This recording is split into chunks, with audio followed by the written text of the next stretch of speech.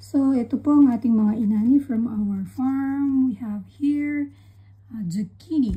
Meron po tayong zucchini, meron tayong shishito peppers, meron tayong mga ampalaya. Yan po ang ating mga ampalaya. Meron po tayong eggplants, talong, malalaking talong, the typical talong. Meron po tayong mga green peppers. Ito po ang ating mga green peppers na malulutong. At meron din po tayong, syempre hindi mawawala ang ating habanero peppers. At meron din naman po tayong alugbate. Ito po ay alugbate, napakasustansya po sa katawan. Masarap pong isaute kasama ng bacon or ilaga lang po o igisa. Yan po ang ating mga harvest for today. Yan po. Patuyin lang po natin kasi medyo po nabasa po sa dew.